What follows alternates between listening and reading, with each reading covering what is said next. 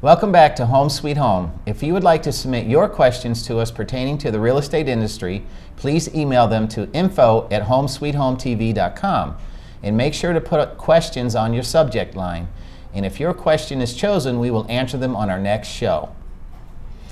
At this point, we would like to welcome back our guest, attorney David Wiedemeyer of O'Grady & Wiedemeyer, a firm that focuses its practice on residential real estate.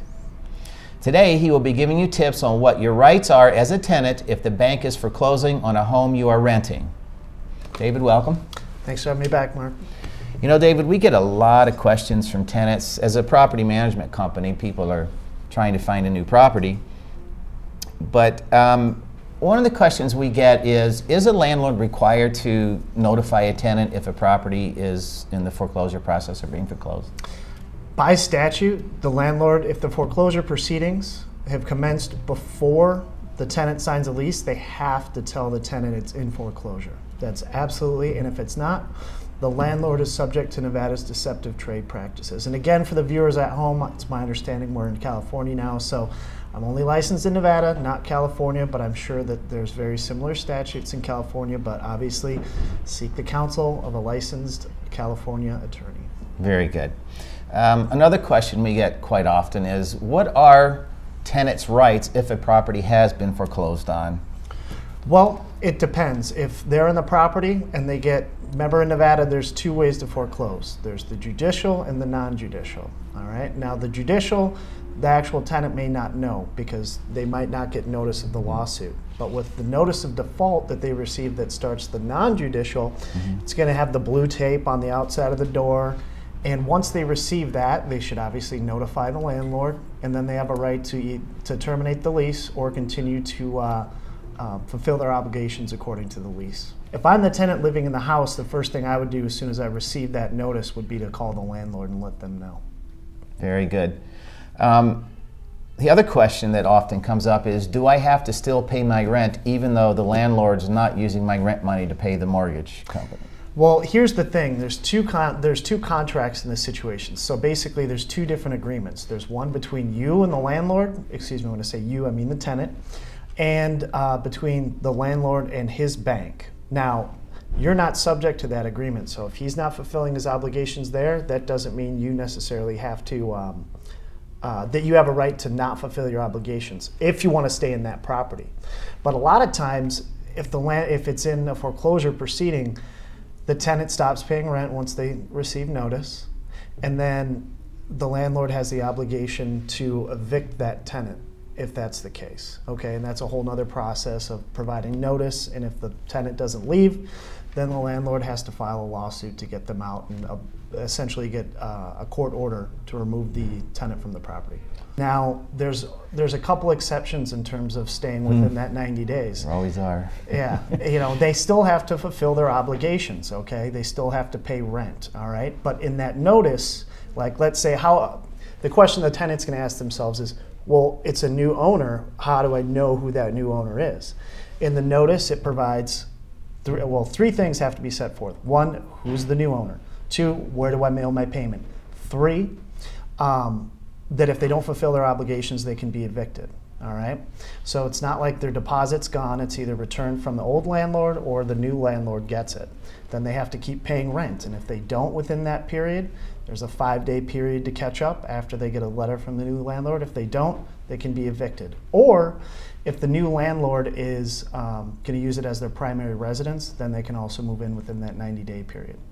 And if the tenant wants to move out within that 90-day period and terminate the lease, they can, but the new landlord has an opportunity to go through the home, inspect it, and keep any of the deposit that they need to maintain the home or fix whatever, you know, the usual move-out process. And lastly, let's say the lease is longer than 90 days. They have a right to, as long as they keep paying their rent, they can stay in the property until the lease ends. Very good. I know often when the foreclosure takes place, the tenants really have no idea where to send their rent. I mean, that becomes a problem if they should be paying but don't know where to send the rent. If the notice isn't given where to send it, what should they do then? Well, the thing is that these kinds of deals always run better through a property management company. It's easier because those professionals can coordinate, they can reach out, they can do searches with the county recorder's office and find the new owner and reach out and see what they want to do. But if it's just an individual landlord, they probably don't care at this point. So it's not on the actual tenant to move forward and pay that rent if they never received that notice, okay? What I'm going to call the 90-day notice. Right. Because how do they know? Right? And if they do know, how do they know what address to send it to? Exactly. So that being said, if they do receive that notice and they're not paying their rent, then they can be evicted if they don't catch up within that 5-day catch-up period. Yeah, and the other thing too, once a property is foreclosed, let's say they don't know where to send the tenant, or I'm sorry, where to send the payment. Obviously, everybody wants to protect their credit, and they don't want an eviction to show up on their credit. Well, they don't actually have a right, like even in the 90-day period, let's say the person has a lease for 10 more months, okay? Even in that 90-day period, that tenant has a right to walk out of the property, not pay their rent, all right, and then get whatever deposit or the portion of the deposit that they deserve back, and they won't have any eviction mark on their credit. That's per the federal statute. Okay. Now, if they commence, if the homeowner the tenant gets the 90-day notice and they don't fulfill their obligations, that's just like breaching any other lease. Okay, right. So then you could run into issues with your credit and getting eviction marks on it. Very good. Okay, and if the landlord cannot be reached, I mean, it's kind of one of those where the law has two sides to it. It has its theory side, this is exactly how it's supposed to work, and then once it's in humans' hands, you have that practical side of it. If the landlord never provides notice, then essentially, they don't have to pay the rent per se because they haven't received the notice, so they don't know who it is, who to send it to, and what their rights and obligations are. So that being said, it's not a means of trying to kind of hide the ball as a tenant so you can stay in there for free, but they do get a 90-day period to move out. Yeah, it's a complicated scenario, but we sure are seeing a lot of it. Yeah, especially in Las Vegas, because a lot of it's investment homes and things where after it's lost, no one cares, and then it could be a new investor coming in, and it's difficult. That's why my opinion, like I've said from the very beginning on the first episode, is always have a team of the properly experienced professionals who really understand the situation.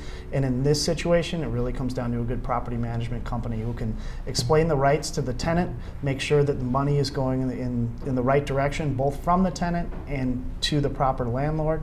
And on these issues where the home is lost at foreclosure, they can assist the tenant in making sure that their rights are protected. And if they want to stay in the house, I guess the new landlord doesn't do anything that they're not supposed to be doing. Very good. If someone's in this situation and they need an attorney, how could they contact you? Well, our number is 702-726-6807, and we have initial consults over the phone are free. We like to discuss any issues that they have and whatnot, and then we can go from there. But we're always willing to listen and help out the tenants and the homeowners of Nevada. Very good. Thank you, David. Absolutely.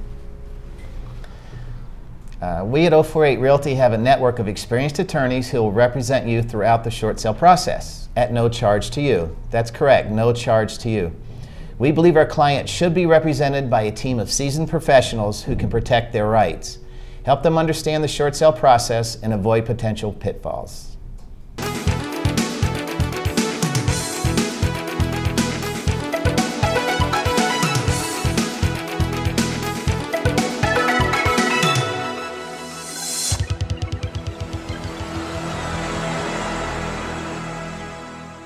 Keeping or buying a home in Las Vegas is no longer an easy task. You need someone who has local experience, integrity, and dedication to help you. 048 Realty has helped Las Vegas families in need for the past 10 years. It is a team of real estate professionals with a proven track record. Hi, if you're looking for a fresh start and keep your home, or if you're looking for the best value in a new home in Las Vegas, please call us now. 048 Realty, a local company you can lean on in bad or good times.